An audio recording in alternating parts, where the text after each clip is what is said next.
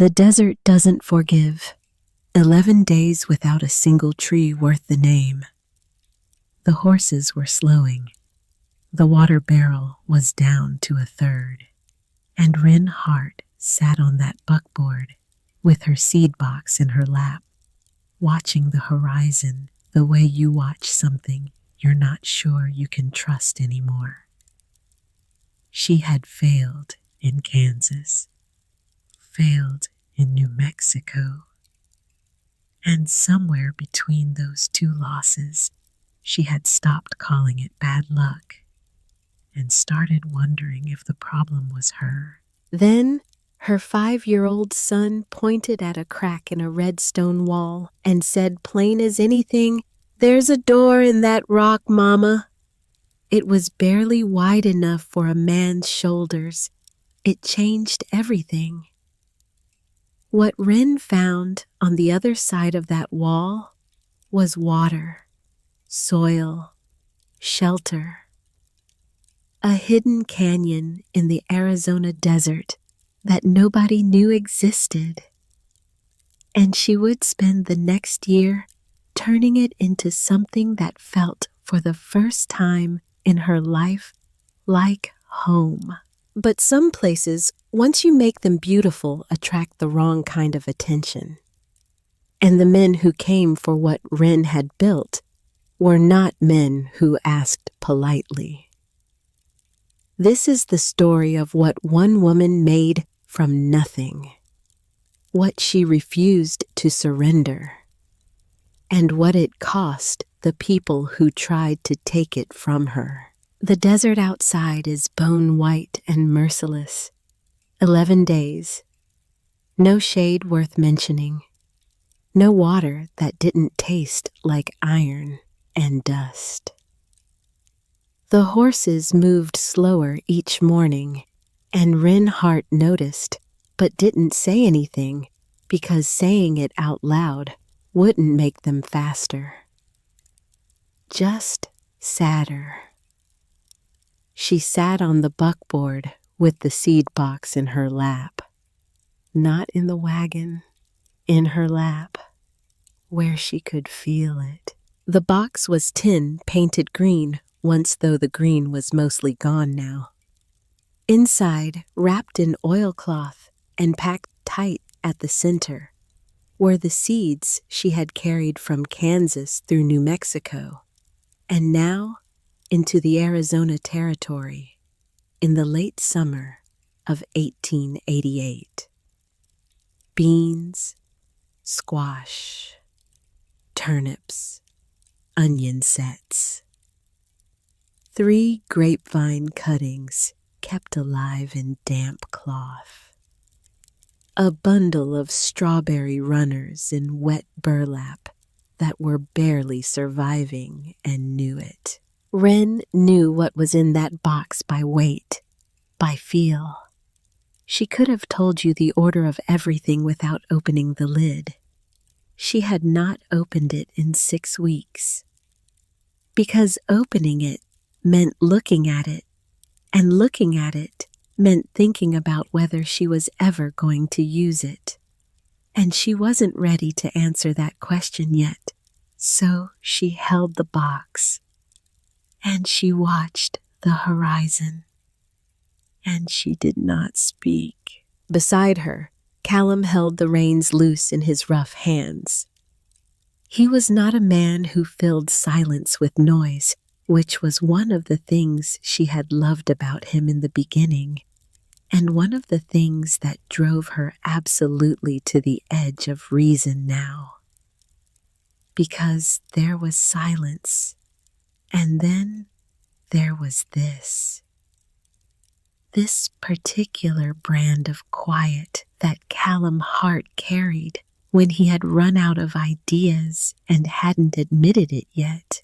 She knew the shape of that silence. She had been living inside it for 3 years. Kansas first. 2 good seasons. Real hope. The kind of hope that makes you write letters home and tell your sister you've finally found the place. Then the drought came and didn't leave. The creek went dry in June, the seedlings went yellow in July, and by September there was nothing to harvest but the hard knowledge that the land had changed its mind about them. They moved. New Mexico next. The grassland looked promising. It looked honestly like a second chance, and maybe it was. Except the frost came late 3 springs running, not early frost, which a person can plan for. Late frost, the kind that waits until you've already put everything in the ground and started to believe. Then it comes at night, quiet and absolute, and when you walk out in the morning, the seedlings are lying flat and dark and done.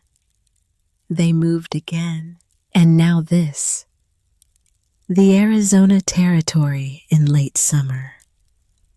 A hand-drawn map from a land agent in Tucson named Pettis, who had spoken with cautious enthusiasm about a valley corridor near Red Mercy Gap. Good water possibilities, he'd said. Unclaimed ground. Real potential. The map had grown increasingly vague the farther west they traveled. The water possibilities had not materialized, and Wren sat on the buckboard with her seed box and her husband's silence, and the question she wasn't ready to answer, watching the red rock country go by like something that didn't particularly care whether they lived or died in it. Behind them, in the wagon bed, Owen slept. 5 years old, knees pulled to his chest, one small fist curled near his chin. He had not complained once in 11 days. Not once. He asked questions instead, about the color of the rocks, about why cactus had spines, about whether lizards got thirsty the same way people did. Wren answered every question as fully as she could, because the questions kept her present, and she needed to stay present. It was too easy out here to drift into something that felt like hopelessness. Owen's questions were small anchors. She was grateful for every one of them. The afternoon sun was coming low and red. The shadows of the rock formations stretched long and strange across the ground. Owen climbed to the front of the wagon and wedged himself between his parents the way he always did in the late afternoon when the heat started to ease and he woke up soft and curious. He was chewing the last of a dried apricot. He was watching the cliff face on the north side of the trail. He pointed. "There's a door in that rock, Mama." Wren looked. 200 yards out, maybe. A thin vertical shadow cut the face of a massive sandstone wall. A dark seam, barely wider than a man's body, running from near the ground up into the stone as far as the eye could follow. Not a door, but something. Callum pulled the horses up without her having to ask.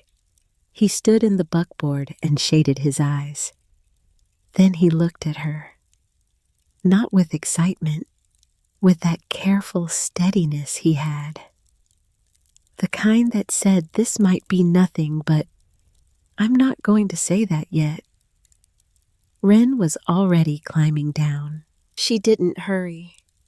She walked toward the crack the way she always moved when she was thinking hard. Both hands still on the seed box, which she realized she was still carrying, which meant she hadn't put it down in all 11 days, which meant something she didn't examine too closely just then. She set the box on the ground near the wagon wheel, and she walked to the wall. The crack was real. Up close, it was even narrower than it had looked. Maybe 20 inches at the widest. The stone on either side rose sheer and smooth for 60 feet or more. And the air near the opening was different. Not just shade different. Something else entirely. Cooler. Genuinely cooler. The kind of cool that has moisture in it. She leaned close and breathed in through her nose. Wet stone, green things, water. Callum had come up beside her. Owen was still at the wagon because she had told him to stay, and Owen, bless him, actually stayed where he was told. "You feel that?" she said. "I feel it." She didn't say anything else. She just turned sideways and pushed through the crack. Inside was dim and close, the walls brushing both shoulders. She moved forward, 10 steps, 15. The passage turned slightly, and then it opened, without warning, without any announcement at all, into a narrow canyon chamber, maybe 40 feet wide and 150 feet long, sealed on all sides by sheer red walls that held the last of the day's light, like something precious. She stopped. The floor was sand and gravel scattered with flat stones. Down the left wall, in 3 places, she could immediately identify water seeped steadily through the rock face. Thin streams, barely wider than a finger, running down the stone and collecting in shallow basins worn smooth by years of patient accumulation. Moss, dark green and thick along the damp sections of wall. A cottonwood tree in the back corner, young but real, its leaves trembling in the cool draft that moved through the passage. She stood there for a long time. She didn't count the minutes because it didn't matter how many there were. She just stood in the cool red dark and listened to the water run.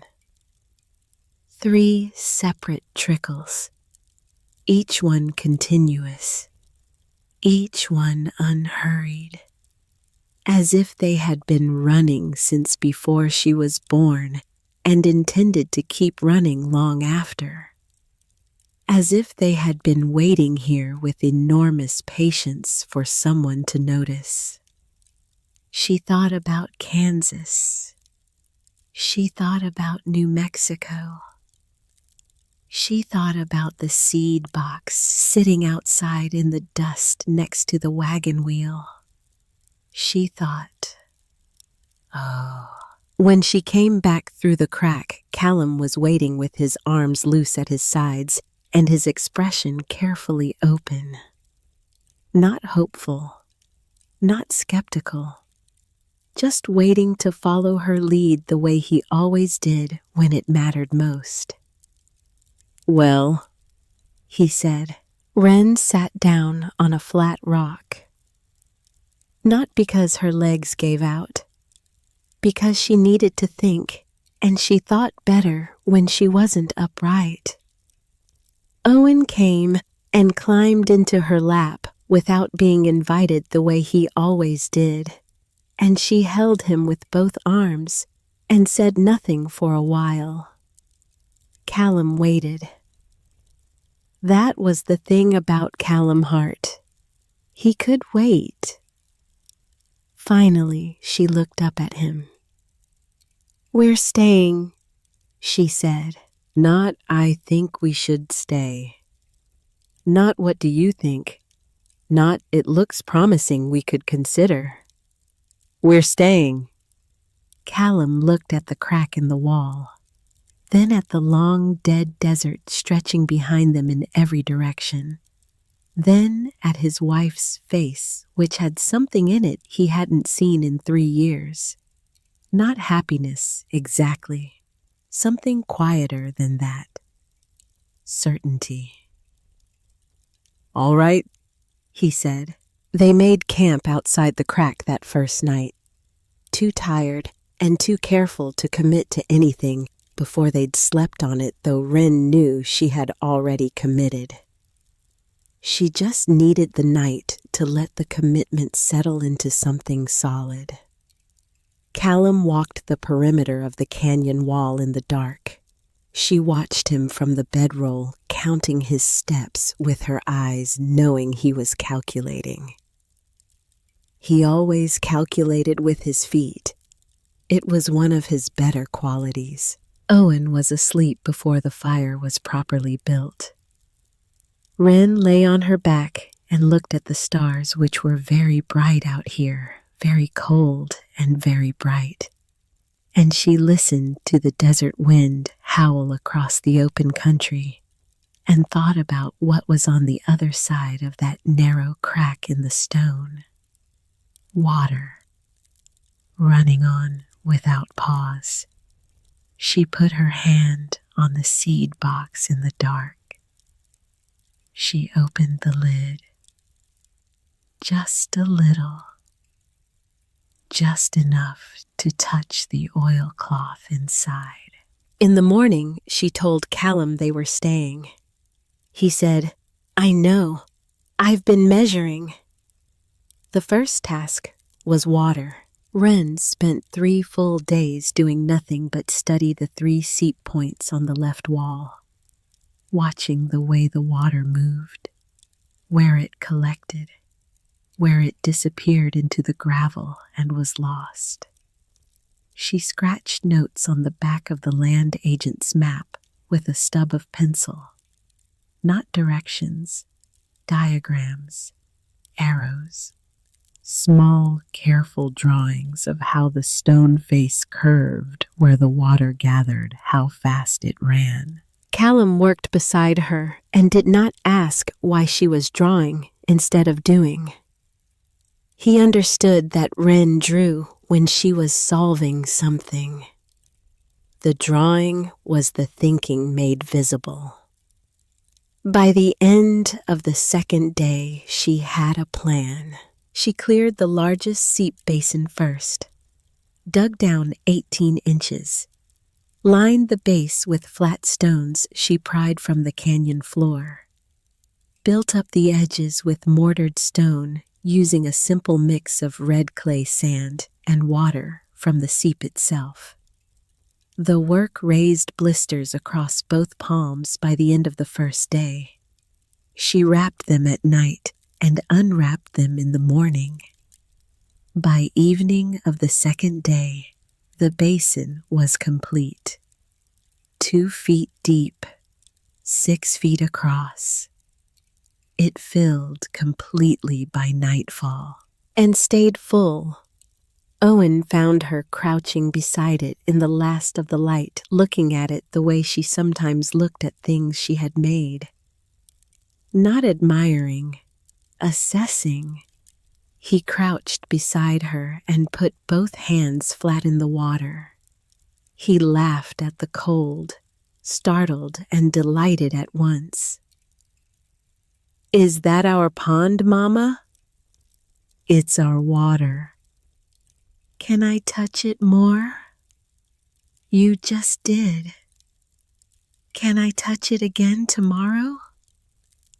"Every day," she said. "That's the point." From the first basin, she cut a shallow channel in the stone floor. Patient work, chiseling work, the kind of work that clears your head if you let it. and breaks your hands if you let that instead. She chose the first option. She chiseled steadily and thought about direction and flow, and the way water always knew where it wanted to go if you gave it a path. Callum followed behind her with a piece of tin sheeting, smoothing the channel bed, testing the flow with a ladle of water poured from the basin. It worked. Slowly, but it worked. A thin, bright line threading through cut stone toward the center of the canyon where the garden floor would go. Owen narrated the whole thing. The water's going, it's still going, it went around the corner. Mama, it went around the corner. I know, I made the corner. Can water go around corners? It just did. He considered this with the seriousness of a small philosopher and then announced, I'm going to make a corner too. Use a stick, she said, not the chisel. The second and third seeps were smaller. She treated them the same way. Cleared stone, built collection basins, cut channels. By the end of the first week, all 3 seeps fed into a system that carried water from the canyon walls to a central distribution point near what she was beginning to think of as the garden floor. She had not said the word garden out loud yet. She was saving it. The soil was the harder problem. The canyon floor was mostly gravel and fine red sand. Good for holding heat, not much for root structure. Wren had noticed 2 miles south a dry wash where wind-blown dust had accumulated over decades into a dark, loamy deposit. She took the wagon there and loaded it by bucket. 12 trips in 4 days. Back and forth through the desert heat with a wagon half filled each time. Transferring the soil into the canyon through the narrow crack by bucket load, Owen helped.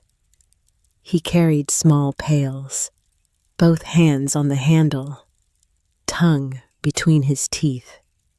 The complete focused expression of a person engaged in important work. He was not wrong. It was important work, and she told him so. Are we building something? He asked on the 3rd day. Yes. What are we building? She looked at him, at his dusty face and his careful hands and his absolute willingness to carry 1 more pail. Something that feeds us, she said. He nodded like this made complete sense, which it did.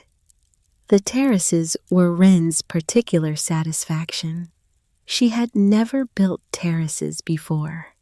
She had read about them vaguely in a farming almanac 3 years back.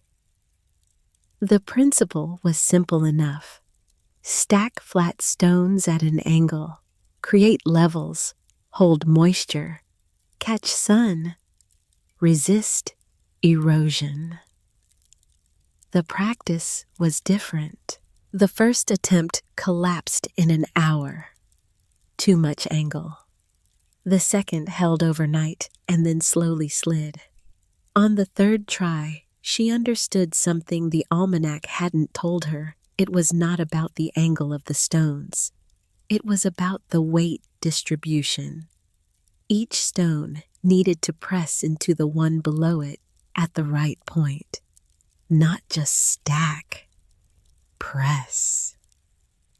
Once she understood that the terraces went up steady, she worked with leather gloves and a steel pry bar, sorting stones by size and thickness, fitting them together with the concentrated attention she brought to every practical thing.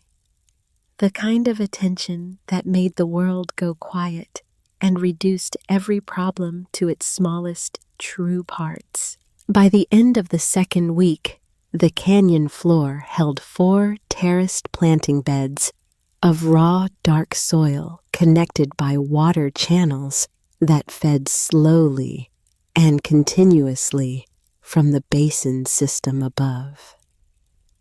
Each bed 12 feet by 6 feet, stacked at different levels like a broad, rough staircase running from the back of the canyon down toward the entrance. She stood at the entrance crack one evening and looked back at what they had made.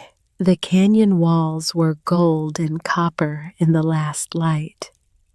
The water channels caught the sun in thin, bright threads. The terraces rose in clean, dark lines. Callum came and stood beside her. He didn't say anything for a while, which was correct. Then he said, "It looks like something." "It looks like a garden," she said.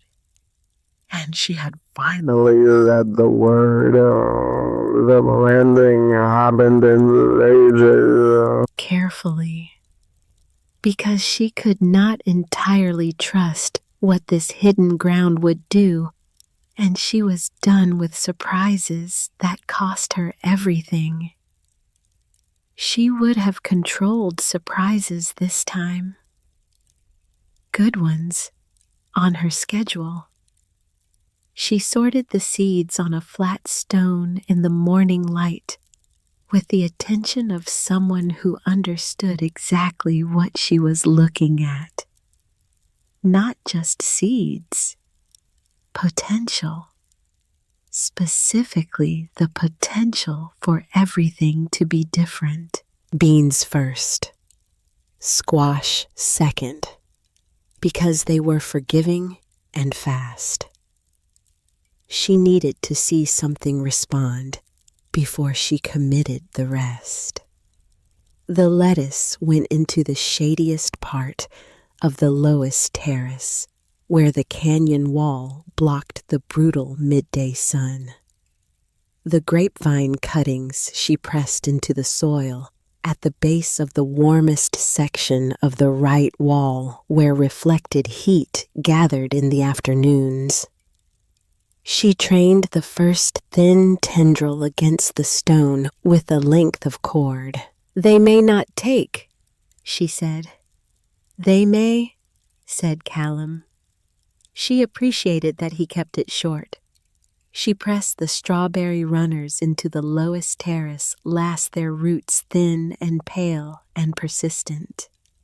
She tucked the burlap around the base of each one and told herself she was not worried. She was a little worried. On the 9th day, the beans came up. 14 seedlings, curled and bright and entirely real. She went to find Callum at the water channel and told him. He looked at her for a moment. Then he said, "How many?" 14. He nodded slowly, the way he nodded when a thing was true and good, and he was giving it room to be both. Wren went back to the terrace and crouched at the edge and looked at the 14 seedlings a second time, making sure they were still there, still real, still choosing to exist in this hidden canyon in the Arizona desert, in soil she had hauled from a dry wash by the bucket load, fed by water seeping through ancient red stone. They were. She pressed her lips together, kept the feeling in which was something she had learned to do because feelings that came out too fast sometimes scared them away. Owen appeared at her elbow. "Let me see," he said, with the urgency of someone who has been kept from important information. She moved aside. He lay flat on his stomach with his chin in the dirt and studied the seedlings deeply, personally, as if they were small creatures with opinions about being observed. "They're little," he said. "They'll get bigger." "Will they get as big as me? Bigger?" He seemed to find this very satisfying. He put his chin back down in the dirt and kept looking. Now Wren turned her attention to the third problem, the cabin. She had been thinking about it since the first week. Not out loud. In the back part of her mind, where she kept things that were still forming, the back corner of the canyon was the obvious answer. 2 walls already there. The natural angle of the canyon rock better than any lumber they could afford to haul. Build the remaining 2 walls and the roof from cut material. Use the canyon itself as the foundation. She told Callum her plan on an evening when Owen was asleep and the water was running soft in the channels outside, and the stars showed above the canyon walls in a narrow, brilliant strip. Callum listened. He asked 2 questions, practical ones about the roof pitch and the door placement. She had answers for both. He said, "All right, I'll start on the juniper tomorrow." He felled 2 trees from the slope outside and spent a week shaping the timbers, notching them by hand, fitting them against the stone with wooden shims and red clay mortar. Wren mixed the mortar and tested the joints and told him when something needed to shift. Owen watched from a flat rock he had designated as his observation post. He provided commentary, not always accurate commentary, but consistent. "That one's crooked," he said one afternoon. Callum looked at the timber, looked at his son. "Is it?" "A little." Callum looked again, adjusted. "Better?" Owen tilted his head. "Maybe." Wren kept her face neutral and went back to the mortar. Callum cut a window into the south-facing wall and fitted it with a frame of juniper planking. Wren hung a piece of oiled muslin across it. It let in the light while keeping the dust out. The effect inside was golden and soft, the light coming through the cloth like something filtered and deliberate. Inside, the temperature stayed 10 degrees cooler than the desert outside. Even at the height of summer, the stone walls held the cool the way a deep cellar did. Released it slowly through the day. It was the most reliable thing Wren had experienced in 3 years of very unreliable circumstances. On the evening they moved the last of their belongings inside the trunk. The iron stove, Owen's quilt, the tin seed box. Wren lit the stove and made cornbread. They ate it at the small table Callum had built from leftover timber, the canyon walls rising above them, the water running softly in the channels outside. Owen ate 2 pieces and then looked around the cabin with an expression of complete satisfaction. "We live here now," he said. Not a question, a declaration. "We do," said Callum. Owen nodded. Apparently, this was the confirmation he needed. He fell asleep 20 minutes later in the middle of saying something about whether the beans were going to be ready soon. The harvest from the first planting exceeded anything Wren had allowed herself to expect. She had not permitted herself to expect much. She had learned in Kansas and New Mexico the particular danger of expecting too much from the ground. before the ground had made any promises. The ground did not make promises. It either gave or it didn't.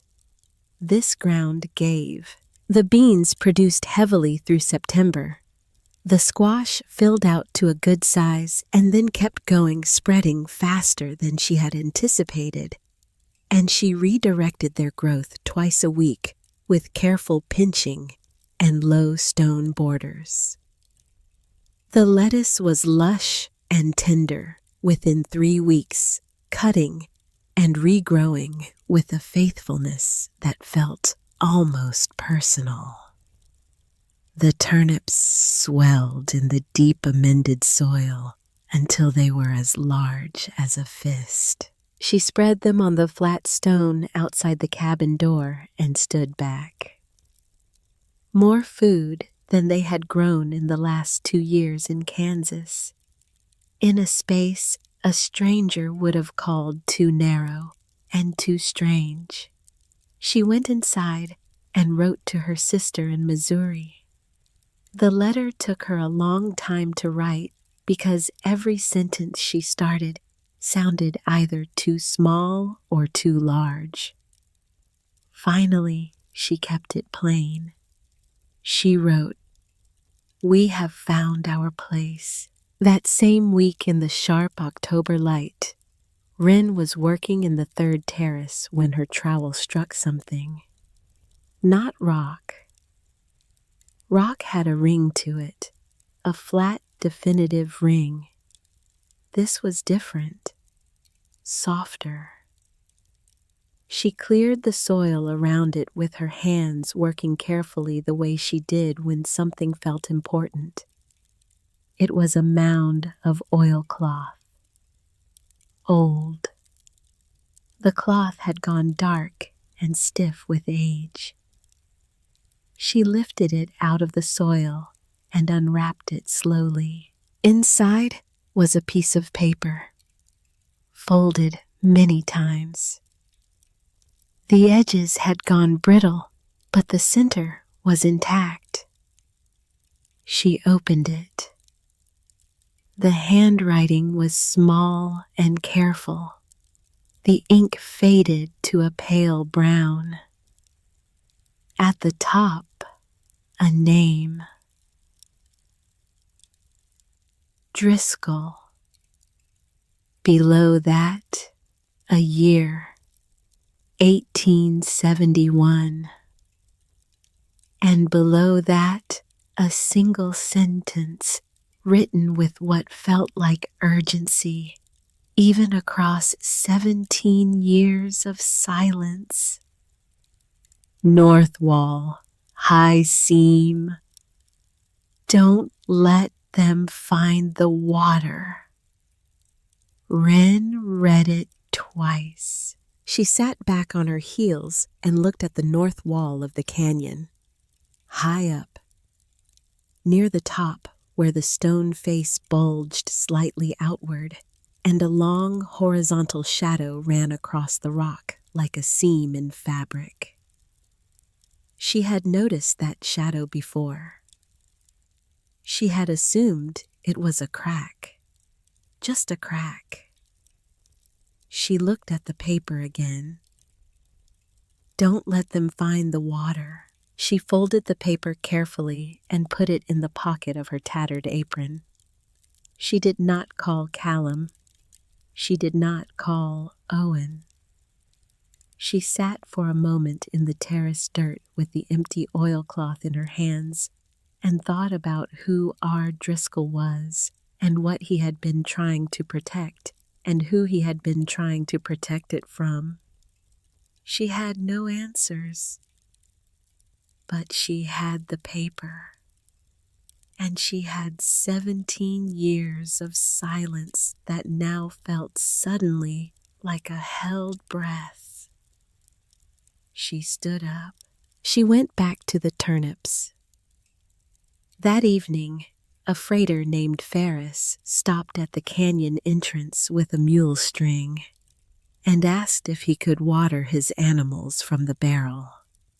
He was a broad, weathered man with a storyteller's eyes, the kind of eyes that were already composing the tale while the events were still happening. Callum showed him the crack in the wall out of simple hospitality, showed him the garden through the passage, showed him the cabin, the water channels, the terraces. Ferris went quiet in the way of a man absorbing something too good to keep to himself. He drank his coffee and ate the cornbread Wren offered without being asked, and watched the canyon with those storytellers' eyes. He left before dark. Wren watched his mule string disappear around the red rock formation to the south. She stood at the canyon entrance with the oilcloth paper folded in her apron pocket and felt the weight of the choice that had just been made without her permission. He would talk. Of course he would talk. Men like Ferris always talked. And this canyon, this hidden, patient, generous canyon that had waited 17 years in the red rock for someone to notice, it was no longer a secret. She put her hand flat against the warm sandstone wall beside the entrance. Just for a moment. The stone held the heat of the day and gave it back slowly. Still here, it said. Still yours for now. Harlan Voss arrived on a Tuesday. Wren knew it was Tuesday because she had started keeping a small calendar scratched into the cabin wall beside the stove. Just tick marks and letters.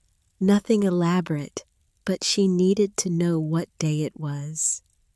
Needed that small certainty. Because out here, the days could blur into each other like watercolors left in the rain.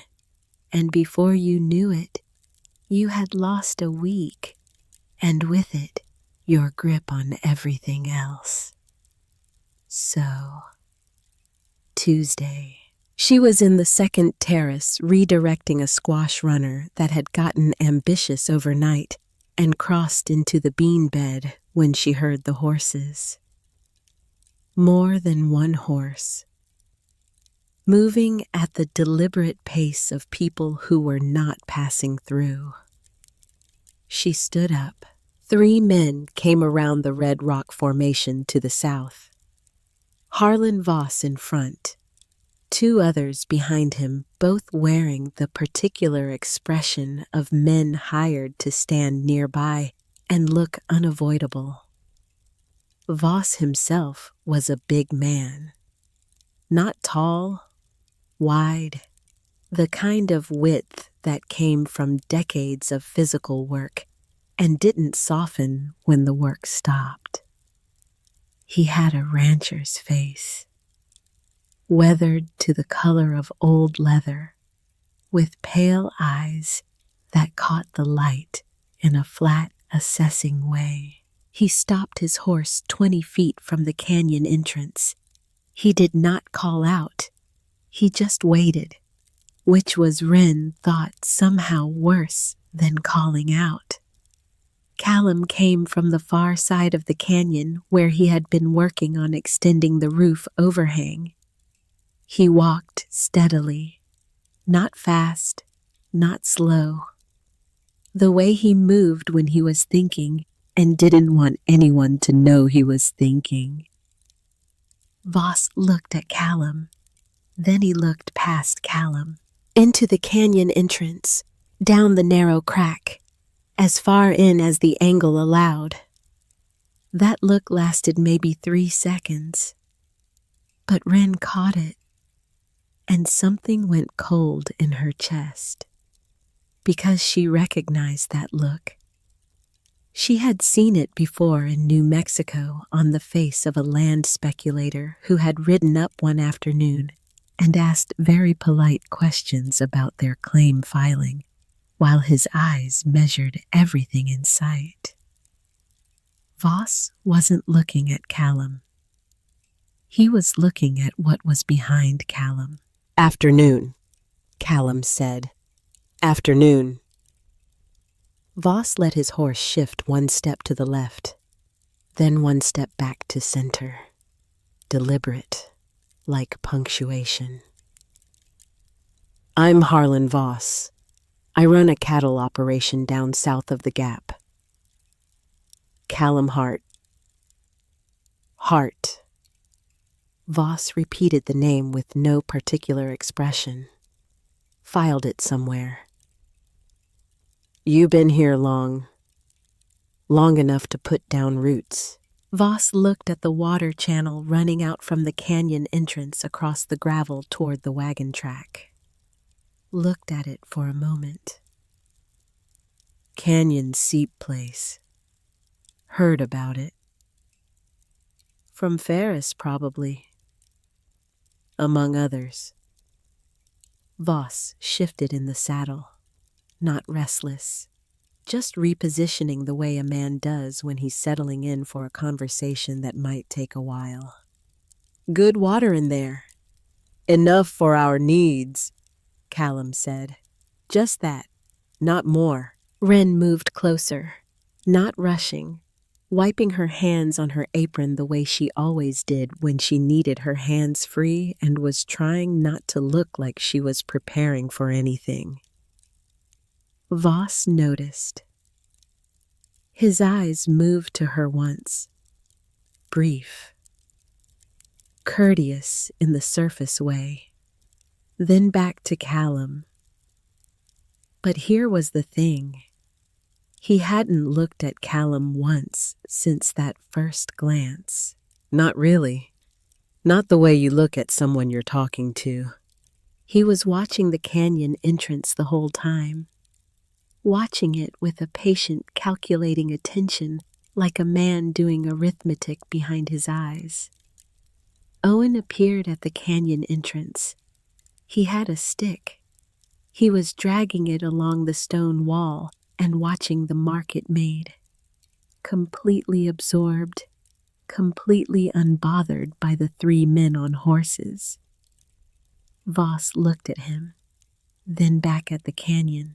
And he said pleasantly in the tone of a man making conversation, "A man who finds water in the desert ought to be careful about who else is thirsty." The words landed flat and clear in the afternoon air. Nobody said anything for a moment. Then Callum said, "We've filed a valid homestead claim in Tucson. All the paperwork's in order." "I'm sure it is," Voss said, just as pleasantly. "Just making conversation." He looked at Wren then, a direct look, and she looked back. Steady, because she had learned in Kansas and New Mexico and 11 days of desert road that the moment you looked away from something was often the moment it moved. Voss touched the brim of his hat. Then he turned his horse and rode away. His two men followed without having spoken a single word. Wren stood at the canyon entrance and watched them go. Callum came and stood beside her. "Just making conversation," she said. "Right." She looked at her husband. He was watching the dust the horses had left behind. His jaw was set in the particular way it set when he was recalculating something he'd thought was settled. "He wasn't looking at you," she said. "No. He was looking at the canyon the whole time." "I know. He knows something about this place." Callum was quiet for a moment. "We should look at the claim papers tonight." "We should look at the claim papers right now," Wren said. They looked at the claim papers. Callum had filed in Tucson before they came out the way the land agent Pettis had instructed. Standard homestead filing, 160 acres including the canyon formation. Filed and acknowledged with a receipt stamp from the Territorial Land Office. Clean as far as Wren could tell. She spread the papers on the table and went through them twice. Then she went and got the land agent's original map, the hand-drawn one from Pettis, with his careful notation of water possibilities and unclaimed ground near Red Mercy Gap. She had not looked at this map closely since they arrived. She looked at it now, the notation for their canyon, the small mark that indicated water. It was not the standard land office notation. She knew the standard one because it appeared in 3 other places on the map, and it looked a certain way. A simple crosshatch mark. Official. Consistent. The mark on their canyon was different. Smaller. A different shape entirely. More like a company symbol than a cartographic notation. Like something a private organization used to mark its own points of interest. She set the map down, looked at it, picked it up again, looked harder, because she was possibly imagining things. She was possibly tired and stressed and seeing patterns that weren't there. That was possible. She was human. She was capable of that, except she didn't think she was imagining it. She put the map in the tin seed box next to the paper she had found in the terrace. The one with Driscoll's name and the year 1871 and the sentence about the north wall. Don't let them find the water. She closed the box. She sat for a long time in the cabin with the water running soft in the channels outside, and Owen asleep on his quilt, and Callum reading the claim papers for the 3rd time. And she thought, find the water. Which water? The seeps they already knew about, or something else. She looked at the north wall through the cabin window, up high, where the shadow ran like a seam across the stone. She needed to look at that wall more carefully, but first she needed to think. The formal document arrived 11 days later. A rider came out from Red Mercy Gap with a leather satchel and the stiff manner of someone delivering news he was being paid to deliver and not personally responsible for. He handed Callum a folded document sealed with wax and rode away before anyone said anything worth recording. Callum read it at the table. His face said nothing useful. Wren waited until he was done and then held out her hand. He gave it to her. She read it standing up because she always stood up when she needed to think clearly. And what this document required was the clearest thinking she was capable of. Consolidated Meridian Land Company, based in Tucson, filing a notice of competing claim to water rights in this section of the territory. The seep system feeding the Hart Canyon Formation, the document argued, fell within a survey boundary established in 1884, prior to the Hart Homestead filing, and therefore potentially superseding it. It did not order them to leave. It warned them they would face a challenge hearing before the Territorial Land Office if they could not demonstrate both valid land claim and independent water rights. Wren read the whole thing twice. Then she put it on the table. Then she picked it up and read the year again. 1884. The competing survey was from 1884. and the piece of paper she had found in the third terrace had the year 1871 on it, and a name, Driscoll, the surveyor. The same man who had stopped by in October with his mule string and his legal companion and said pleasantly but with certainty that the Hart homestead might want to consult with a land office representative before assuming their filing was sufficient. Driscoll had done the 1884 survey. Driscoll had left a message in the terrace dated 1871. Driscoll had come back in October with someone from a legal firm. She put these 3 facts in a row in her mind and looked at them. That night, after Owen was asleep, she and Callum sat at the table and made a plan. Callum would go to Tucson, work through the land office, find out what the competing survey actually claimed and whether the filing had any genuine legal weight. Document the improvements. Try to find the original survey for comparison. It was a reasonable plan.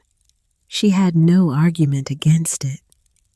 Except she pulled the Driscoll paper from the tin box and put it on the table. Callum looked at it, read it again. You found this in the terrace, under the soil, in oilcloth, about 8 inches down. When the same week Ferris was here.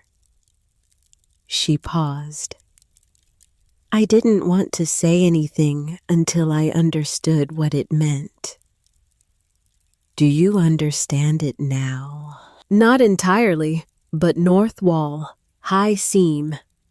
She looked at the canyon wall through the window.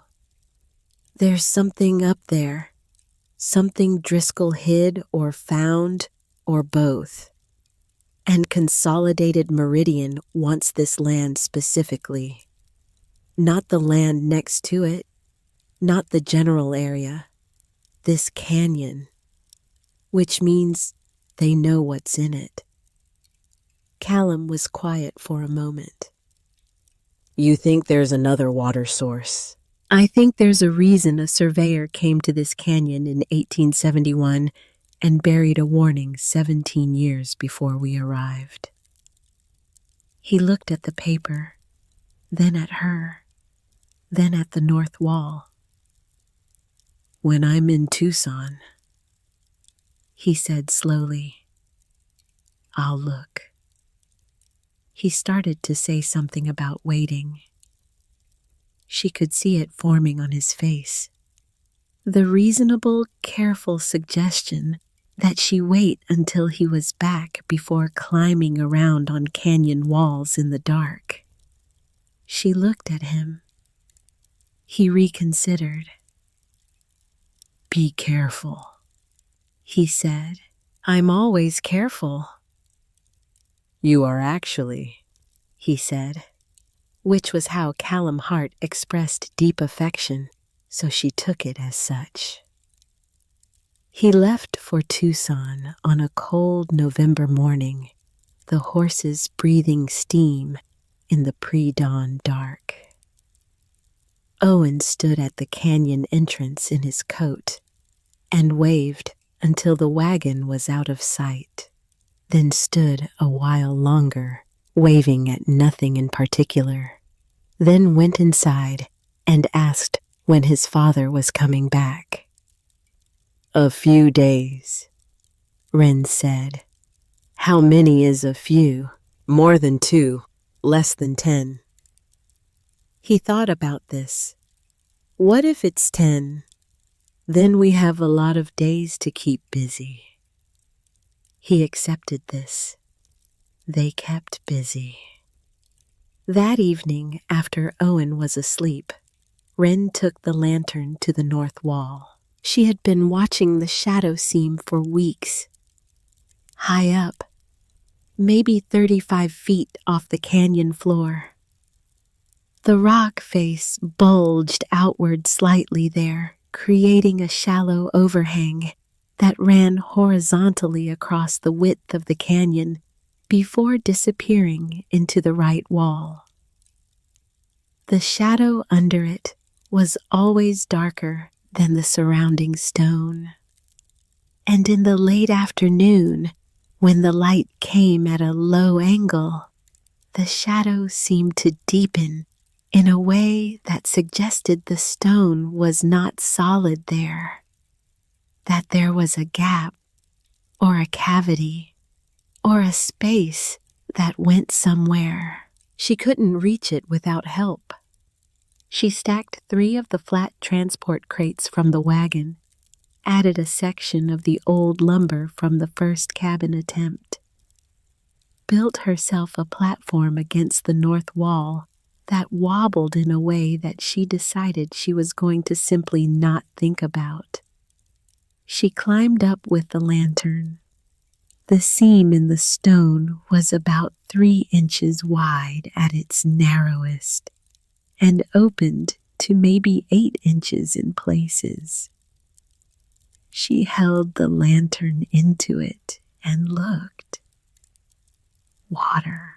Not a seam, a ledge. A wide horizontal shelf of rock jutting inward, and behind it, running from deep inside the wall, a continuous flow of water. Running not down, but across. Moving steadily along the shelf in a thin, even sheet, before dropping out of sight into a cavity in the rock below. She held the lantern closer, pressed her hand into the gap. The water ran over her fingers, cold, constant, moving with a pressure and a volume that was nothing like the seeps below. Nothing like them at all. This was not a seep. This was a spring. She stood on her wobbling platform in the cold November dark, with water running over her hand and her lantern throwing orange light up the red stone wall, and she thought about what Driscoll had written. Don't let them find the water. This was the water. And it was 3 times. No, 4 times the volume of everything she had already built the garden on. Steady, cold, deep. The kind of water that didn't come from rain collecting in cracks. The kind that came from far below, from something ancient and enormous and entirely indifferent to the plans of any land company in Tucson. She climbed down. She sat on the bottom crate for a moment with her wet hand in her lap. She thought about how much a spring like this was worth in the Arizona Territory in 1888. She thought about a town, about livestock, about farming at a scale she couldn't imagine from inside a 40-foot canyon. She thought about why a private land company would spend years maneuvering homesteaders into a legal dispute over what looked like a modest stretch of desert. Now she knew. Now she knew exactly what Consolidated Meridian wanted, and they had led the Hart family here specifically. The map from Pettis with its private company notation, the careful nudge toward Red Mercy Gap, the cautious enthusiasm about water possibilities. They had been brought here as a placeholder.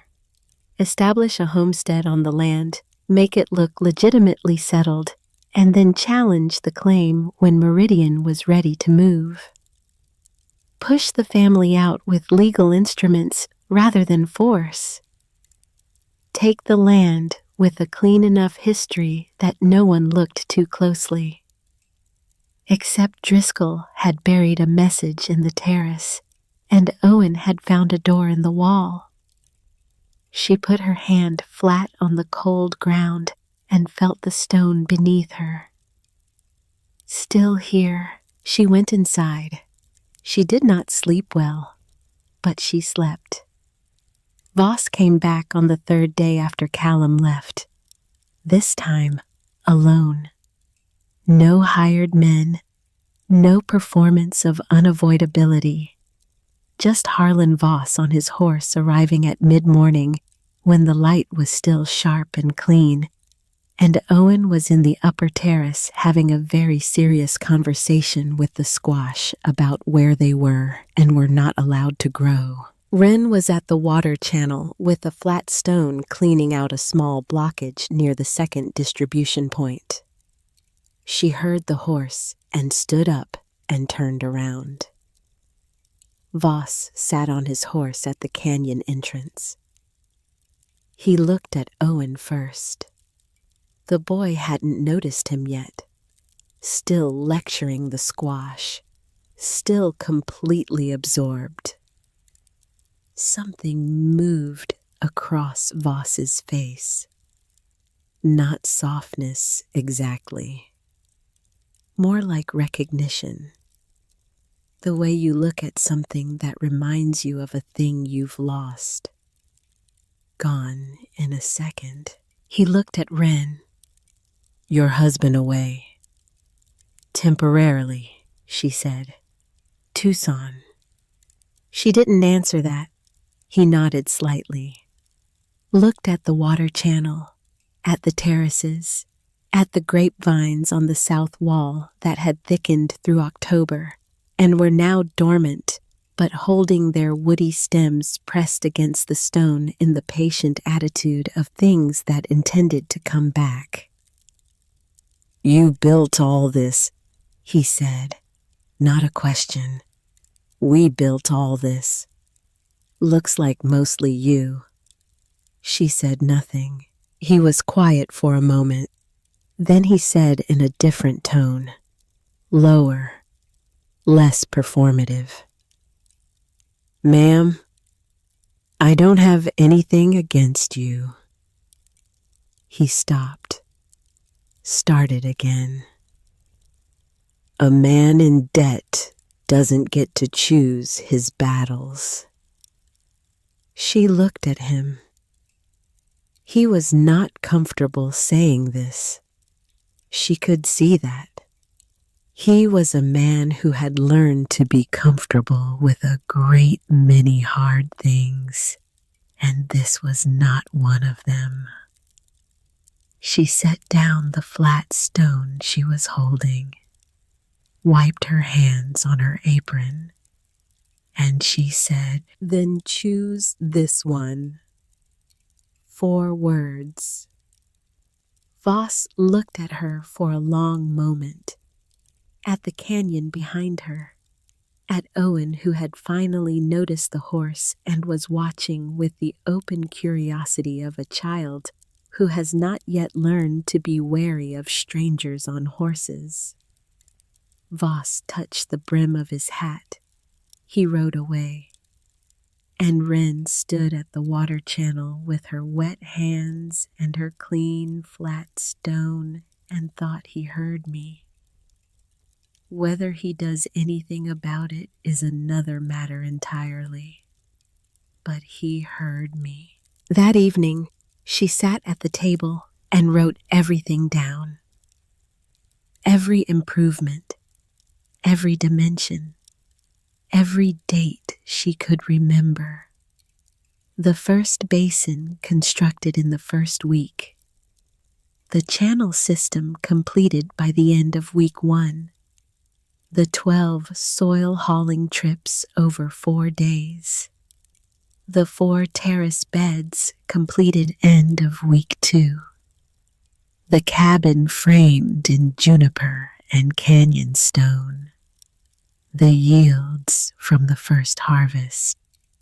The beans. The squash.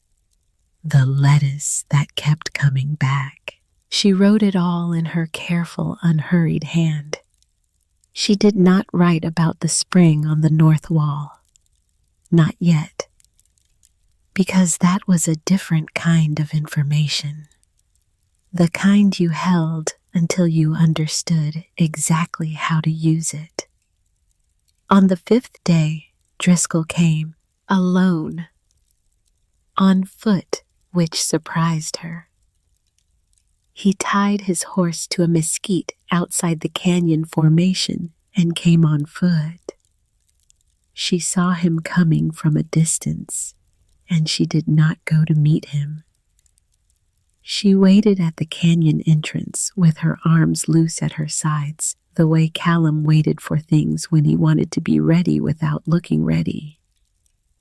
He stopped 10 feet away. He was a tall man, sun-dried in the way of men who spent their lives outdoors with the particular leathery quality of someone who had been in this country a long time. He looked older than when she'd seen him in October, or maybe he just looked tired, the kind of tired that sleep didn't fix. He looked at the canyon entrance, then at her. "You found the paper," he said. It was not a question. "I found the paper." He nodded slowly, like he'd expected this. Like he'd been expecting it for a while, possibly for 17 years, and was relieved it had finally happened. He told her everything. He had found the canyon in 1871, a surveying trip alone, just himself and 2 mules on a boundary assessment that no one was particularly interested in. He came around the rock formation and saw the crack in the wall, and went through it and stood in the canyon chamber and understood immediately what the water seeps meant, what they suggested about what lay above and behind the north wall. He had not reported it. He had placed the boundary markers in the surrounding area with careful, deliberate inaccuracy, putting the canyon formation just outside the boundary of every adjacent claim, making it officially empty land, invisible on the maps that mattered. He had buried the note in case something happened to him, in case he came back one day and found someone else there who needed to know. He said, "I thought I was protecting it." Wren said, "From who?" He looked at her steadily. "Same people who have it in for you now." She had suspected, but hearing it said aloud was different. "You knew Consolidated Meridian." "I surveyed for them, starting in 1882. He paused. "By 1884, I understood what they were doing. They would identify a water source, file a survey claim that encompassed it, wait, let homesteaders develop the land to establish a settlement history, then challenge the homestead claim when they were ready to take it. Clean title, no messy forced removals, just paperwork." She thought about the 5 families, the ones she didn't know yet. "They've done this before," she said. "At least 5 times that I know of. 5 families, 5 sets of people who had built something from nothing and then watched it taken through legal instruments because the paperwork said it was possible and no one had stopped them." She thought about Kansas, about New Mexico, about 11 days on a dry road with a seed box in her lap. If she hadn't found the note, if she hadn't looked at the north wall, if Owen hadn't pointed at a crack in a rock and called it a door. "Why are you telling me this now?" she said. He was quiet for a moment. Because I've been keeping this place safe from the wrong people for 17 years, he said.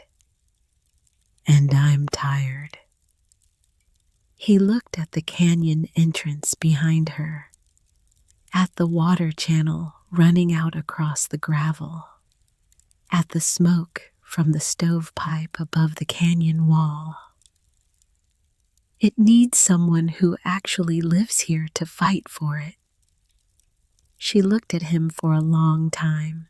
He held her gaze without flinching, because whatever else Driscoll was, he was not a coward, not anymore.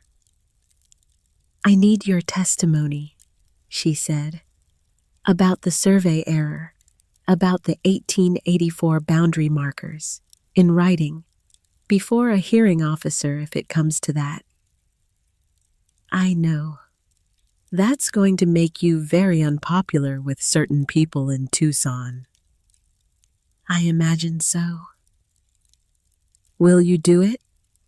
He said, yes. She nodded. She did not thank him yet. Not because she wasn't grateful, because the gratitude would come later when there was something solid to attach it to.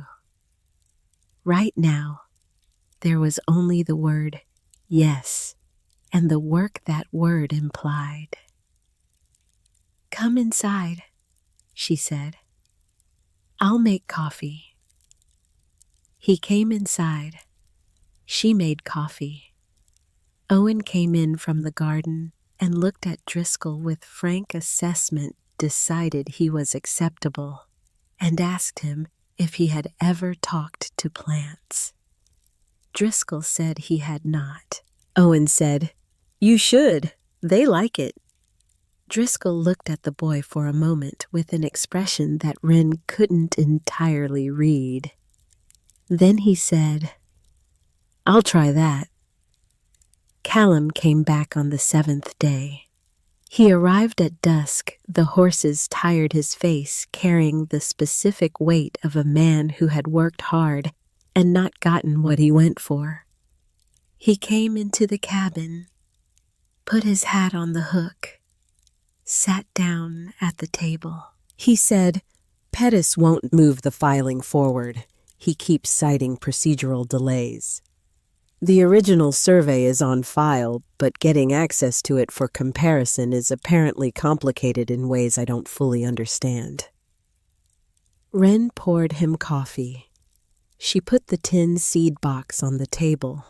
She took out 3 things and set them in front of him. The Driscoll paper, the land agent's map with the private notation, and 3 pages of notes she had written over the past 7 days, including a precise physical description of the spring on the north wall with measurements she had taken from the platform. Callum looked at the 3 pages, then at her. When did you do all this? While you were in Tucson? He looked at the spring description, read it carefully. This is what they want. Yes. This isn't a seep. No. He sat back in his chair, ran his hand over his face. And Driscoll will testify. He'll come to Tucson with us. She paused. We go together this time. Callum looked at her for a moment.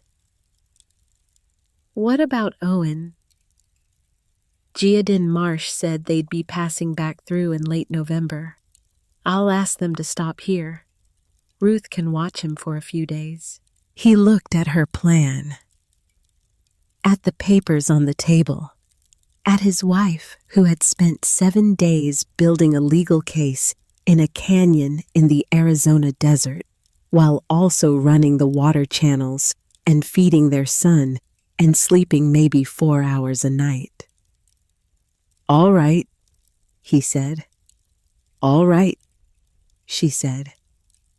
She started to close the seed box. Then she stopped. She took out one more thing, the first dried bean from the September harvest.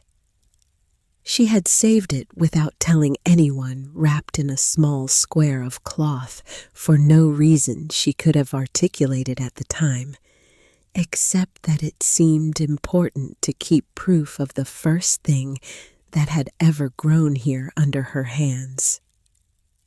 She put it on the table between them. Callum looked at it. He understood without being told. Because after 7 years, he understood most things she did without being told. He picked up the bean, held it for a moment, put it back in the box. They had a lot of work to do, but the water was still running in the channels outside, and the canyon was still holding them. And that for tonight was enough. They left for Tucson on a Monday. The Marsh family had come through 2 days before, right on schedule, their wagon pulling up to the canyon entrance in the gray morning light, with Ruth already leaning out the side looking for Owen. The girl had thought about this place since October. Wren could see it in the way Ruth's eyes went straight to the grapevines on the south wall, checking whether they had survived the winter. They had. Barely. But they had. Owen took approximately 4 minutes to decide that staying with Ruth was acceptable. He spent those 4 minutes asking whether Ruth remembered how to talk to plants. Ruth said she had been practicing.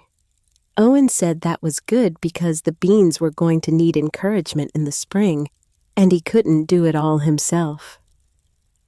Wren kissed his forehead, held him 1 second longer than she needed to. He squirmed because he was 5, and squirming was required. She let him go. She and Callum and Driscoll left before the sun was fully up. 3 horses. The tin seed box stayed behind, tucked under the cabin floorboard where the stone kept it cool and dry. But Wren brought the papers. All of them, wrapped in oilcloth, packed at the center of her saddlebag, the same way she packed the seeds. The desert road to Tucson took 2 days. They did not talk much. Driscoll rode slightly behind, which suited everyone. He was not a conversational man on a good day, and these were not good days. He was a man moving toward a thing he had been avoiding for years, and the weight of it was visible in how he sat his horse. Heavier than before. Slower, but moving. That was the thing that mattered. Callum rode beside Wren, and they talked in the practical way they had developed over years of hard circumstances. Short, direct, no wasted words. They went over the documents twice. Then the sequence of presentation. Then what they expected Meridian's representative to argue, and how Wren would answer each point. She had been over this so many times in the past week that she could run the whole hearing in her head while doing something else entirely. She had run it while feeding the horses, while checking the water channels, while lying awake at 2 a.m, listening to Owen breathe and thinking about what it would mean to lose this. She knew every argument they could make. She knew every answer she had. The question was whether the answers were enough. Tucson arrived on the second evening, sprawling and dusty and loud in the way of a town that was growing faster than it meant to. Wren had not been in a proper town since the land agent visit months ago. and the noise of it settled on her shoulders like something physical. They found rooms at a boarding house 2 streets from the land office. Plain rooms, clean enough.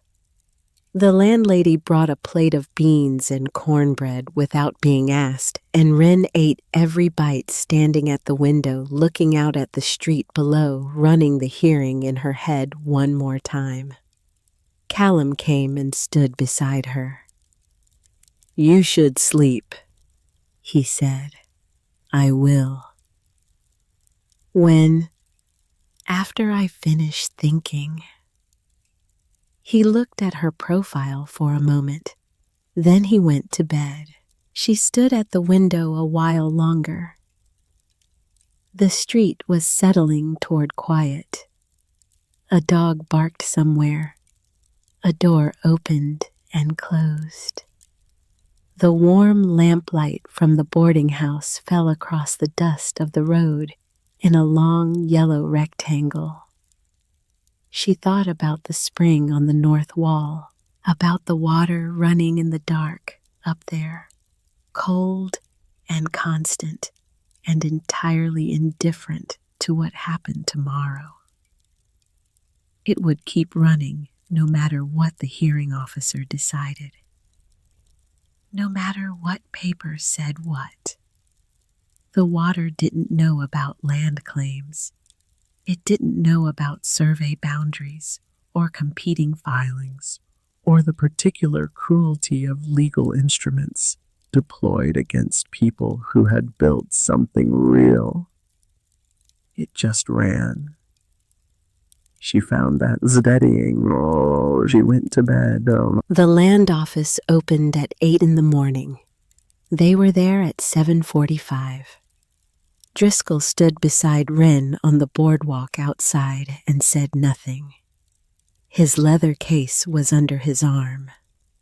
Inside it, the original survey maps from 1871 and 1884, with the discrepancies marked in red in his careful cartographer's hand. Annotations, measurements, the kind of evidence that didn't need much interpretation if you knew how to read it. Callum stood on her other side. Wren held the oilcloth packet. At 8 o'clock precisely, the door opened, and the clerk inside waved them in. The hearing room was small. A long table. 4 chairs on one side and 2 on the other. A hearing officer named Beaumont sat at the head. He was a compact, gray-haired man with the patient, slightly tired expression of someone who had spent 20 years untangling other people's paperwork and had learned not to be surprised by much. Meridian's representative was already seated. His name was Aldgate, young, well-dressed, the careful manner of someone trained in legal argument who had learned to keep his face pleasant while his words did the damage. He had a leather case on the table in front of him, and he arranged its contents with small, precise movements while waiting for the proceedings to begin. He did not look at Wren when she came in, which told her something. Men who were confident looked at you. Men who had already decided they had won looked at their papers. Beaumont called the proceedings to order. Meridian went first. Aldgate was good. She had to give him that. He was clear, organized. He laid out the competing claim with the smooth efficiency of a man who had made this argument many times before and knew exactly which words landed and which ones to leave out. The survey of 1884. The boundary that encompassed the canyon formation and its water sources. The prior filing that predated the Hart homestead claim by 4 years. He was making the argument that what the Hart family had built was built on land that was never legally theirs to build on. Wren listened to every word. She did not write anything down. She didn't need to. She had all of it already arranged and ready the way she arranged the seed packets in the tin box. Everything in its place. Everything with a purpose. When Aldgate finished, Beaumont looked at Wren. "Mrs. Hart, you may present." She stood up. She put the oilcloth packet on the table and opened it. She began with the improvements, not the legal arguments. Not yet. She began with what they had built, because she had learned something in the years of hard country and harder losses. Documents could be disputed. Surveys could be challenged. But physical reality was harder to argue with. The first basin, completed in the first week of September 1888, 2 feet deep, 6 feet across, mortared stone construction, fed by a natural seep at 4 feet off the canyon's left wall. She described it precisely. The dimensions, the materials, the method, the date, then the channel system, then the terraces, then the cabin, then the first harvest yields, beans, squash, lettuce, turnips, the grapevines on the south wall, the strawberry runners in the lowest terrace. She described all of it without flourish, just the facts of what they had made. And here was the thing about facts. When they were true, when they were specific, when they were delivered by a woman who had clay still worked into the creases of her hands from building those very terraces, they had a weight to them that was different from argument. Beaumont was writing. Aldgate was still. The small, precise movements had stopped. Then Wren set the Driscoll paper on the table. She explained where it had come from.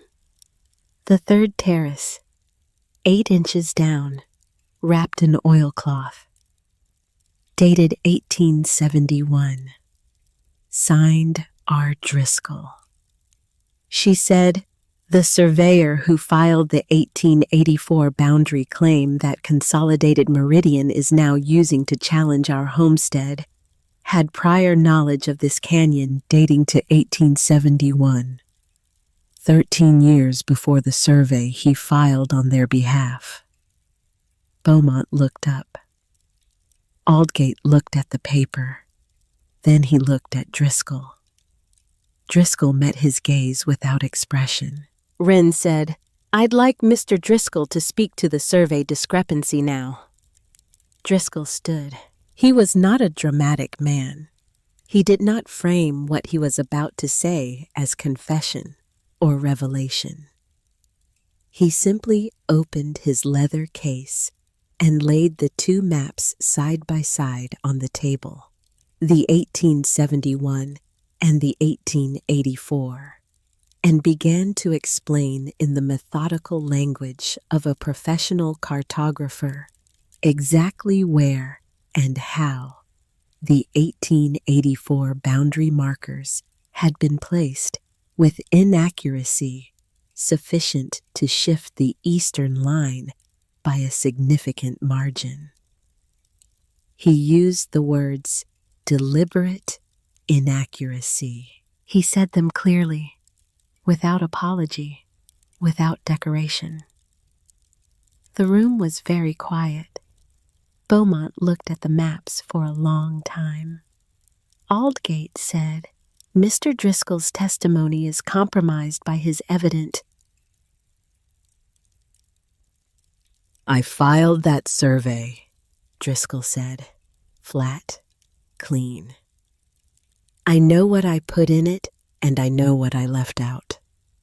The northeast corner marker was placed on a rock formation that does not appear on any other map of this territory, because it was placed there specifically to extend the boundary line to include the canyon formation. He paused. That is not an error. It was a decision. I'm correcting it now. Silence. Beaumont wrote for a long time. Then Wren put the last thing on the table. 3 pages. Her handwriting. The names and approximate locations of 5 other homestead families who had been settled on meridian-adjacent land in the past 8 years and subsequently lost their claims through legal challenge. She said, "This is not a disputed boundary. This is a method." Aldgate started to speak. Beaumont held up one hand. He looked at the documents on the table, at the maps, at Wren's improvement record, at the list of 5 families. He said, "We'll recess until this afternoon." They went out into the November light. Driscoll sat on the boardwalk steps with his leather case across his knees and didn't say anything. Callum bought coffee from a cart down the street and brought it back. They drank it standing up. The morning crowd moved around them, boots on boards, a wagon going past. The ordinary noise of a town that didn't know what was happening inside that small room. Wren held her coffee cup and thought about the spring on the north wall. Thought about Owen talking to his bean plants with the absolute confidence of someone who had never yet been told that certain things don't listen. Thought about Ruth Aldridge saying, "I hope to have a garden like it one day." She thought, whatever happens this afternoon, I have already made something real.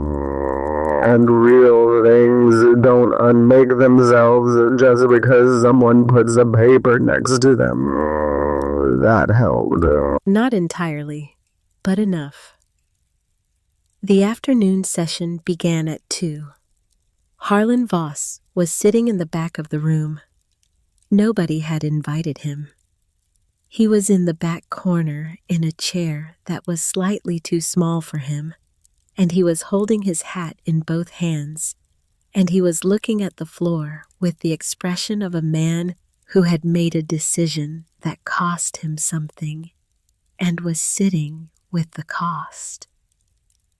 Wren saw him when she came in. She looked at him for one moment. He looked back. She sat down. Beaumont called the session to order. He went through procedural items that Wren let move past her because they were not the part that mattered. She was watching Aldgate, watching how he was reorganizing his arguments after the morning, which papers he was moving to the front, which ones he was setting aside. Reading the room, reading him. He had not given up. She had not expected him to. Meridian's counter-argument was narrower now. They were no longer arguing the full survey boundary. They were focusing on the water rights specifically. Arguing that regardless of the land claim status, the water sources in the canyon were identifiable resources that could be claimed separately from the surface land, and that Meridian's prior survey created a prior interest in those resources. It was a smaller argument, but it was not nothing. Water rights in the territory were genuinely complicated. She knew that. The law was not clean on the question of whether a homestead claim automatically conveyed water rights to sources on the claimed land. or whether those could be separately contested. Aldgate made this argument carefully. He was right that the law was unclear. And then Voss stood up. Beaumont looked at him. "I haven't recognized you to speak," Beaumont said. "I know," said Voss. "I'll be brief." A pause. Beaumont looked at him for a long moment. "Go ahead." Voss cleared his throat. He was not comfortable standing in front of people. He stood the way men stood when they were used to dealing with horses and land and open space and found rooms full of people slightly absurd. He said, "My name is Harlan Voss. I had a cooperative arrangement with Consolidated Meridian that involved my name appearing on a competing claim to the Hart homestead." He stopped, appeared to be choosing words with care. "I'm withdrawing from that arrangement. My name should be removed from any Meridian filing that references a competing claim to the Hart water rights or land claim." Aldgate turned in his chair. "Mr. Voss, your arrangement with—" "is concluded," Voss said, "as of this morning." He sat down. He put his hat back on his knee. He looked at the floor again. Beaumont wrote something, asked Aldgate if he wished to respond. Aldgate said that Voss's withdrawal did not affect the substance of Meridian's water rights argument. Beaumont said he understood that. He said he would take the entire matter under consideration and issue a written determination. He asked both parties to remain available. He gathered his papers. He left the room. Wren sat for a moment without moving. Then she turned and looked at Voss. He was still in his chair in the corner, still holding his hat. He looked up when she turned. His pale eyes were tired, not defeated. Tired in the particular way of someone who has been carrying something heavy for a long time and has just set it down and is discovering that their arms still hurt even after. She stood up, walked to the back of the room. She stood in front of him.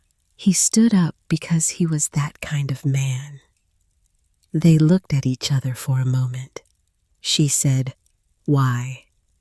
Not angry, not grateful, just the question plain.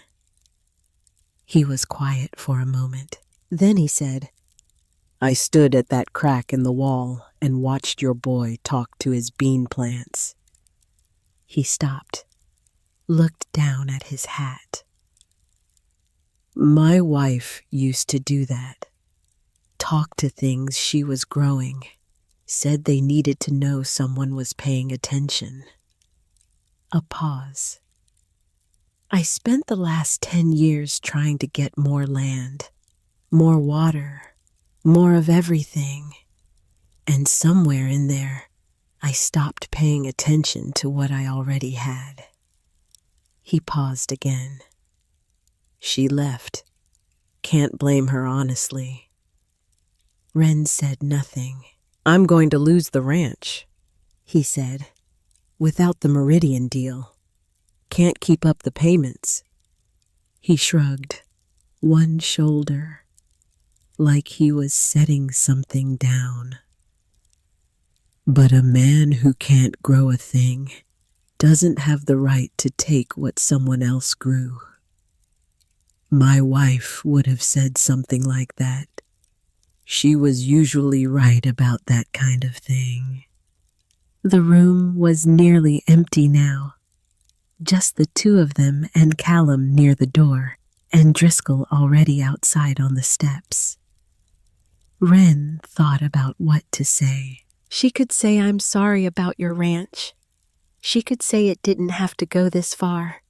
She could say any number of things that were true, but that he already knew and that would not help him. She said, "What was her name?" He looked up, surprised. "Clara," he said. "Clara was right," Wren said. He looked at her for a long moment. Then something in his face shifted. Not much, but something, like a door opening a crack in a stone wall, letting a little light through. He put his hat on. He walked out. Wren stood in the empty back corner of the room. She stood there until she was ready to move. Then she went outside. The determination came 4 days later. They were still in Tucson, waiting because leaving felt wrong. Felt like leaving something unfinished.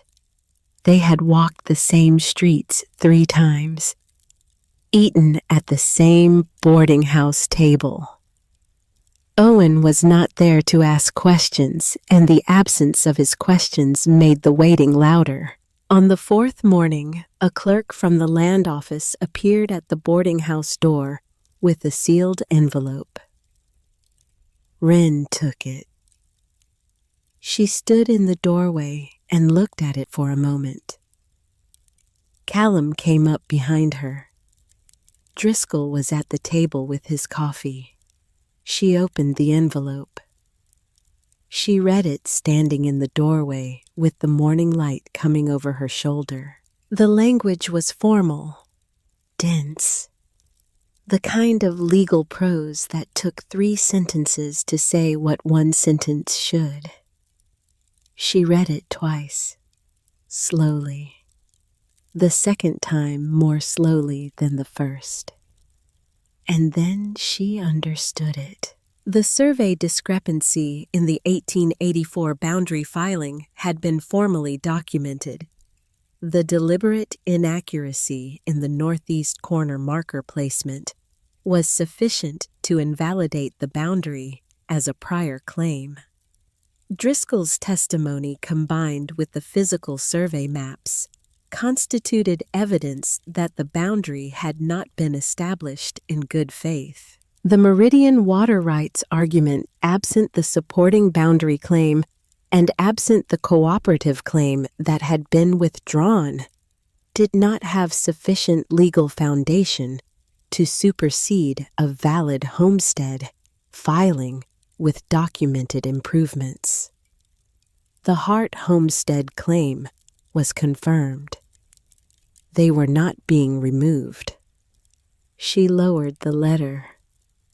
Callum was watching her face. She looked up at him. She said, "It's ours." He closed his eyes for 1 second. Just one. Then he opened them and he looked at her with the steady, quiet look that she had loved about him from the beginning. The one that said everything without saying anything. That said, "I knew." That said, "I knew because you built it and you fought for it and you were right to." Driscoll set down his coffee cup. He said, "Good." 1 word. But the way he said it, like something that had been wrong for 17 years, was finally right.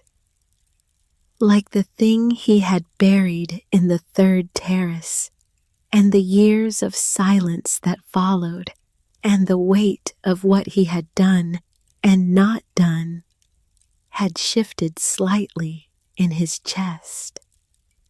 Wren looked at him. She crossed the room and held out her hand. He looked at it for a moment. Then he shook it, clean, firm. "Thank you," she said. He nodded, let go, picked up his coffee. They rode home the next morning. 2 days back through the desert road with the cold air and the bright winter sky and the red rock country that no longer looked to Wren like something that didn't care whether they lived or died in it. It looked like what it was: hard country, honest country, the kind that didn't give anything easily, but that gave absolutely when you earned it. They came around the last rock formation in the late afternoon, and there was the canyon wall, red and solid and exactly where they had left it. Wren stopped her horse. She looked at the crack in the stone, the dark seam barely wide enough for a man's shoulders. The same crack Owen had pointed at from the buckboard, chewing a dried apricot on a Tuesday afternoon in August of 1888, and called a door. He had been right.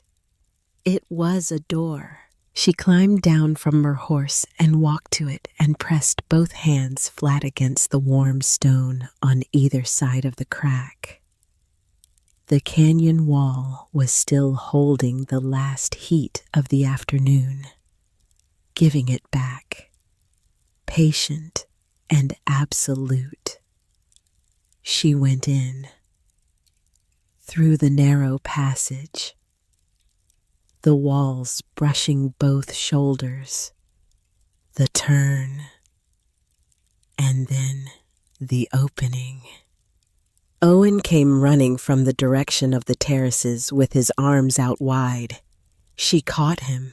He weighed more than she remembered, or she was tireder than she thought. Either way, she held him with both arms, and he put his face against her shoulder and said into her coat, "Ruth let me eat 2 dinners. Did she? I was growing," he said. "Of course you were." She set him down, looked at him. Then she looked at the canyon. The spring light in here was golden and low. The canyon walls were copper and ochre. The water channels ran soft and steady in their cut stone beds. The dormant grapevines on the south wall were gray and woody and pressed against the stone in their patient waiting attitude. The terrace beds were dark and quiet under the winter sky, holding their cold season stillness. The cottonwood in the back corner had gone bare, but stood exactly where it had always stood, its white branches clean against the red stone. Ruth came and stood nearby with the particular dignity of a 12-year-old who has been trusted with something important and has not let anyone down. "Everything's good," she said. "I talk to the beans every day." "Which terrace?" "All of them. I thought it couldn't hurt."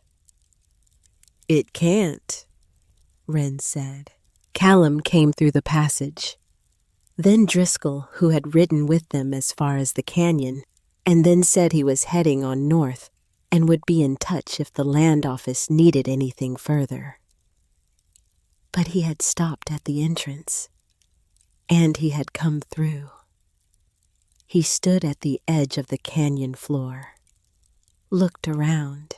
He had been here in 1871, 17 years ago, before the terraces, before the cabin, before the water channels and the basin system and the grapevines and the cottonwood that had gotten 3 feet taller. and the bean seedlings that had first unfurled on a Tuesday in September. He looked at all of it for a long time. He said, "You did well," not to Callum, to Wren. She said, "We did." He nodded. He left before dark. The winter passed quietly. Callum worked on the root cellar, dug 3 more feet into the back wall, lined it with stone, fitted a proper door of juniper planks. He built 2 more harvest baskets from bent willow stems, 1 full size and 1 Owen size, because Owen had made it clear that his existing basket was fine, but a new one would also be fine. Wren spent the winter thinking about the spring, not frantically, not with the urgency of the legal fight behind her. Calmly, the way she thought about most things, with the patient attention she brought to problems she intended to solve correctly rather than quickly. The spring was still there, still running, cold and constant behind its rock ledge on the north wall. She went up on her platform twice a week and held her hand in the flow, just checking, just making sure it was always exactly the same, which was the whole point of a spring. It didn't know about seasons.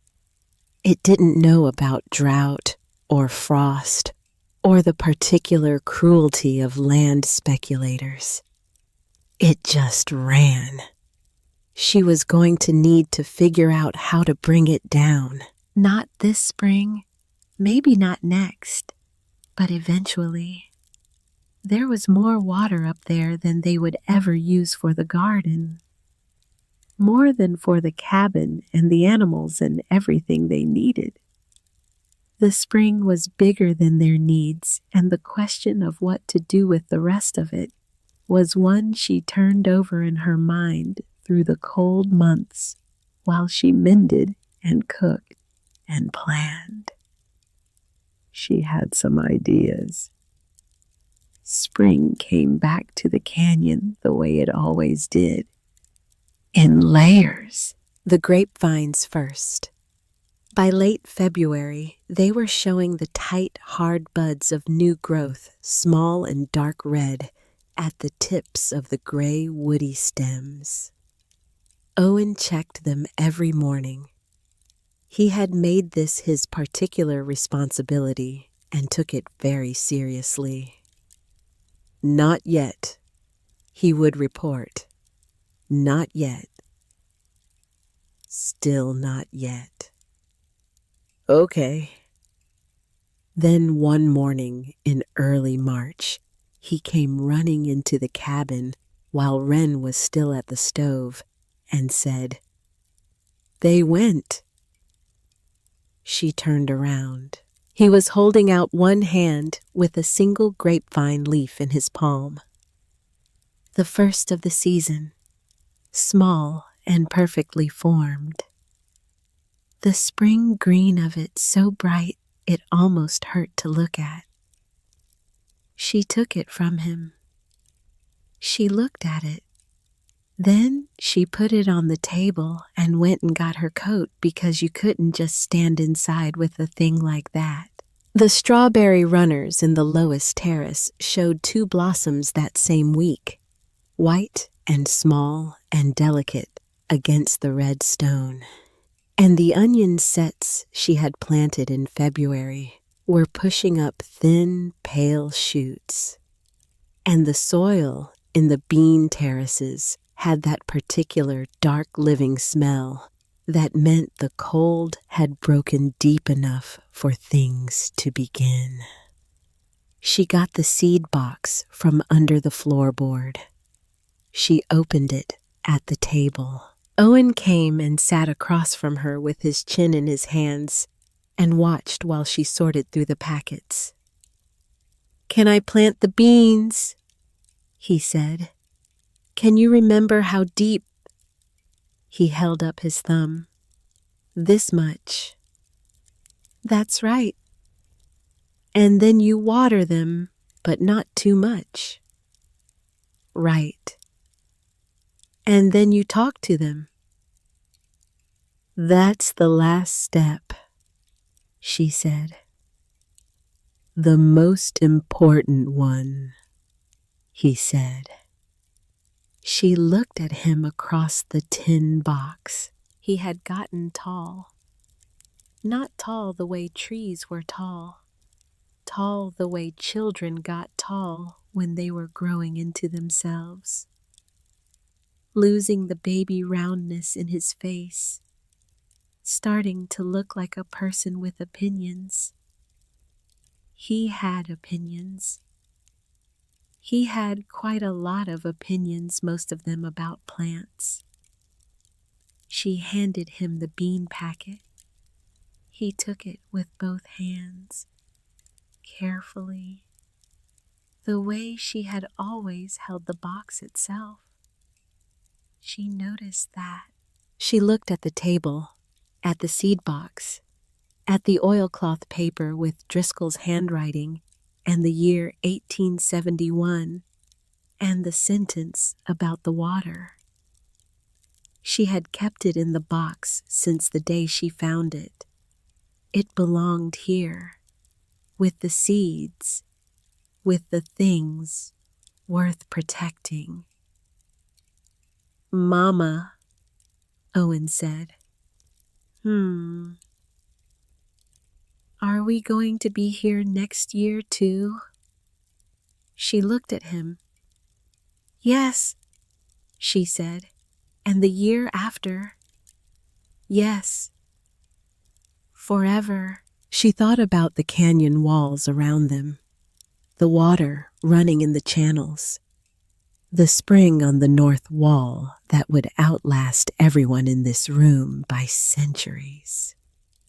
The grapevines that had gripped the stone with quiet authority and intended to keep gripping. Forever, she said. He nodded, satisfied. He went to plant his beans. September came around again, and with it the harvest. The grapes had been turning for 3 weeks, green to gold to the deep blue-black of something fully ripe. Wren had been checking them every morning the way she checked everything that mattered, pressing one gently between her fingers.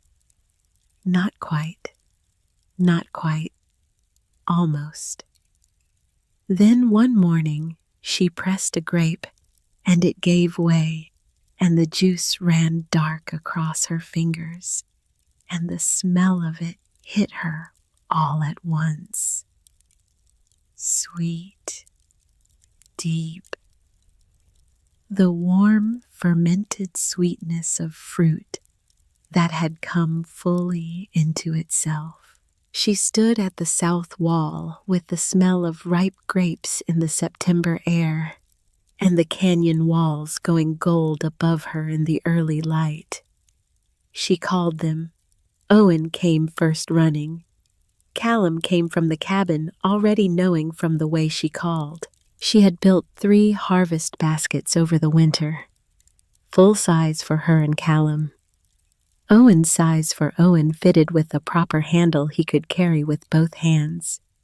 She brought them out from the root cellar now and set them at the base of the south wall. She handed Owen his basket. He took it with both hands. He looked at the grape clusters hanging heavy and dark on the trained vines. He looked with the expression of a person who has watched something grow from the beginning and is now seeing what it became. They got big, he said. They did. Bigger than me, he said. She laughed, full, real, the kind of laugh that came from somewhere deep and honest, from the part of her that had carried a 10-seed box across 3 territories and 2 failures and 11 days of dry road, and had finally put it down in the right place. Callum looked at her when she laughed. He smiled, the quiet, private smile he kept mostly for her. They worked through the morning without hurrying. Wren moved along the grape row, lifting each cluster with both hands and setting it in the basket. The fruit came away dark and sweet-smelling. The canyon walls rose on every side red and gold in the September light. The water ran soft in its channels below. The cottonwood spread its coin-bright leaves in the draft from the passage. The root cellar door stood open. The terraces were full, the onions fat, the squash golden green, the last of the summer beans heavy in their pods. Owen worked his row with total seriousness, both hands on the basket, chin just clearing the rim when he stopped to look inside. He was singing very quietly, something tuneless and personal, the kind of song a person makes up when they are doing satisfying work and don't know anyone is listening. Wren listened anyway. When her basket was full, she carried it to the flat stone outside the cabin door and set it down. Then she stood back and looked at what they had made. At all of it, the terraces and the channels and the cabin and the vines and the water and the canyon that held it all close and cool and faithful, just as it had been holding things since long before she arrived, and would go on holding them long after. Callum came and stood beside her, his basket full. Owen came and stood between them, his basket held out in front of him with both hands, chin over the rim, surveying the harvest with the complete and uncomplicated pride of someone who had done a great deal of work and knew it. The three of them stood in their hidden canyon in the September morning. Everything they had grown around them, everything they had fought for beneath their feet. Owen said, "We did this," and Wren said, "We did." And Callum put his arm around her, and she let it stay there. Because they had, actually. They had done all of it. Every basin and terrace and mortar joint and channel, every trip with the soil buckets, every document written by lamplight, every time she had stood in front of someone with more power and more money and said, "This is mine, and I can prove it." Every seed she had carried across 3 territories in a tin box in her lap. Owen set his basket down on the flat stone with enormous care. He straightened up. He put both hands on his hips. He looked at the grapevines, at the terraces, at the water catching the light in its channels, at the canyon walls going copper and gold above them in the warm September air. Then he nodded, with the complete satisfaction of a person who has seen something through from the beginning to this exact moment and found it good.